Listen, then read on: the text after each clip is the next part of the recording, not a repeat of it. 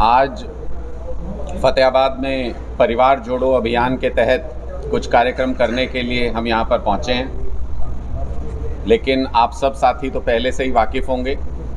फिर भी मैं अपना तजुर्बा आपके साथ शेयर कर दूं कि फतेहाबाद की शानदार सड़कों ने, शानदार सीवर व्यवस्था ने, थोड़ी सी बरसात में भरे हुए पानी ने हम लोगों का खूब स्वागत किया है और फतेहाबाद के आम लोगों को भी इस हालात में परेशान होते हुए हमने खूब देखा। और जो विकास के दावे भारतीय जनता पार्टी की सरकार करती है, उन दावों की पोल खुलते हुए नज़र आई जब मुझे बताया गया कि ये सिर्फ आज के हालात नहीं हैं। आज तो कुछ देर बारिश हुई, उसकी वजह से 10-15 मिनट की बारिश में सारी सड़कें लबालब हैं, लेकिन पूरा सीवेज सिस्टम, शहर के अंदर विकास की जो स्थिति है उसकी बहुत बुरी हालत है। ये हमारे जिला अध्यक्ष मेरे साथ थे, उन्होंने मुझे बताया। और लोगों के लगातार कहने के बावजूद भी, लोगों के लगातार रिक्वेस्ट करने के बावजूद भी मूलभूत सुविधाएं जो इस इलाके में होनी चाहिए वो मूलभूत सुविधाएं नहीं मिल पा रही हैं। मुझे इसका मुख्य कारण जो दोनों घटक दल आज के दिन में सरकार चला रहे हैं, उनके बीच में जो नूरा कुश्ती चल रही है, मुझे इसका मुख्य कारण वो नज़र आता है। दोनों के बीच में इस इलाके की चौधर की लड़ाई है। दोनों इस इलाके में अपना प्रतिनिधित्व स्थापित करना चाहते हैं, प्रभुत्व स्थापित करना चाहते हैं। विधायक एक पार्टी से आते हैं और उप मुख्यमंत्री से अपना इलाका बताते हैं, वो दूसरी पार्टी से आते हैं। दोनों के बीच अहंकार की लड़ाई में फतेहाबाद का विकास पिसता हुआ नज़र आ रहा है। ये आज अगर कहें तो गलत नहीं होगा।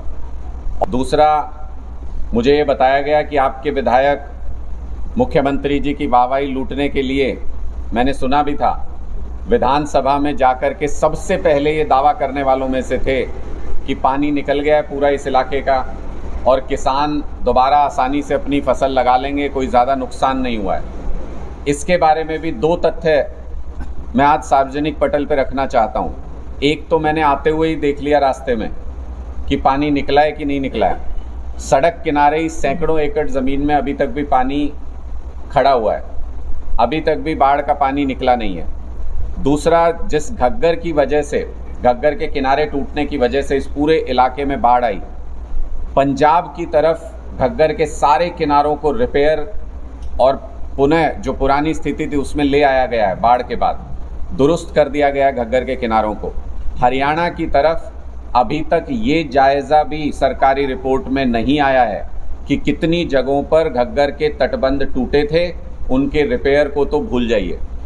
क्या अगली बारिश का इंतज़ार कर रही है सरकार कि जब अगली बारिश आए, जब दोबारा खेत पानी में डूबें किसानों के, तब ये रिपेयर का काम किया जाएगा? क्या सरकार को किसानों की बिल्कुल परवाह नहीं है? इनेलो और कांग्रेस के बीच नज़दीकियाँ बढ़ रही है, तो आम आदमी पार्टी को लेकर क्या रहेगा जी, वो भी साथ चलेगी क्या है? मुझे लग नहीं रहा कि नज़दीकियाँ बढ़ रही हैं। ये आपने मुझसे सवाल पूछा है, मैंने अभी तक हाँ, तो मुलाकात के बारे में मैं ये ज़रूर कहना चाहूँगा कि जो ये चौधरी देवीलाल जी का बहुत बड़ा कद था, वो बहुत बड़े व्यक्तित्व थे। उन्होंने देश के लिए, हमारे प्रदेश के लिए बहुत काम किए, लोगों के दिलों में अपनी जगह बनाई।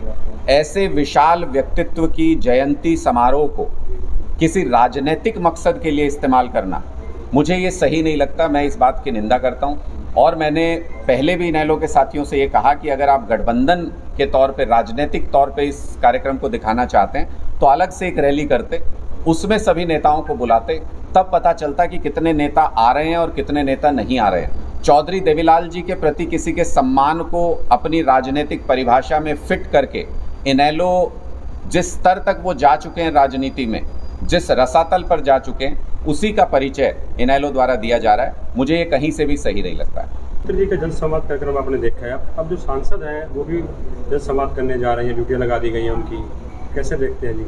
मैं तो इसको इसी प्रकार देखता हूँ। मैं देखना चाहता हूँ, मुख्यमंत्री जी तो महिलाओं को रोजगार का सवाल पूछने पे चंद्रयान पे भेजते थे, सांसद क्या करेंगे मैं देखना चाहता हूँ। एकाध जगह पे जो मंत्रियों ने जनसंवाद किया, वहाँ पर मुख्यमंत्री जी के जनसंवाद का और बिगड़ा हुआ रूप नज़र आया, जहाँ आशा वर्कर्स को बोलने नहीं दिया गया, आशा वर्कर्स को प्रोग्राम में घुसने नहीं दिया गया।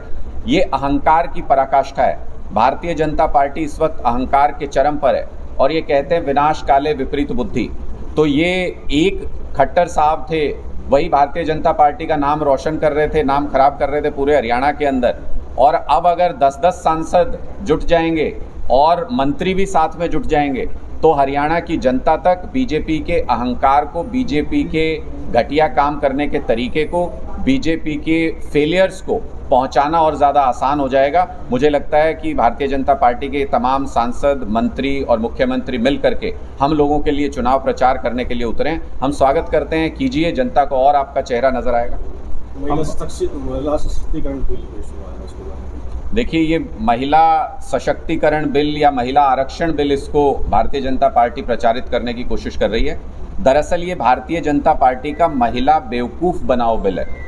क्या इस जो ये बिल लाया गया, जो ये कानून बनाया गया, मैं पूछना चाहता हूँ, खट्टर साहब आके स्पष्ट कर सकते हैं, वो कर दें, मोदी साहब कर सकते हैं, वो कर दें, क्या इस आरक्षण कानून से 2024 में हरियाणा की विधानसभा में 33% विधायक महिलाएं चुनकर आ जाएंगी?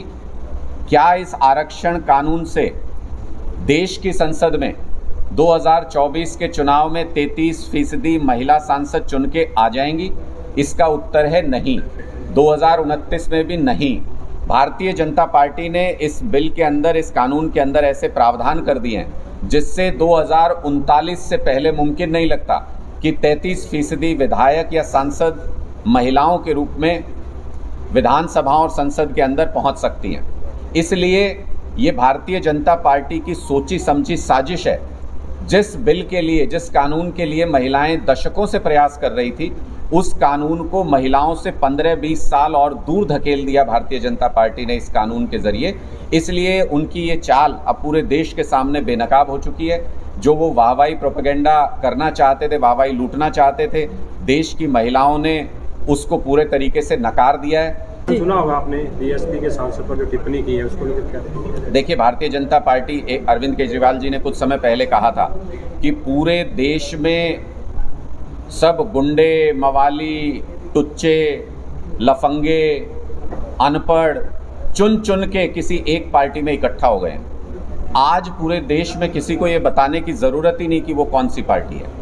अपने व्यवहार से ये लोग अपने आप लोगों को ये बता रहे हैं कि गुंडे, मवाली इकट्ठा होकर के राजनीति करने की कोशिश कर रहे हैं और सभी शरीफ लोगों को, आम लोगों को, आम समाज को इन गुंडे मवालियों को राजनीति से बाहर रखना है। ऐसा धीरे धीरे लोगों का मन बनाते जा रहे हैं। इनकी यही हरकतें इनको लेकर के डूबेंगी आने वाले समय में, आप देखिएगा।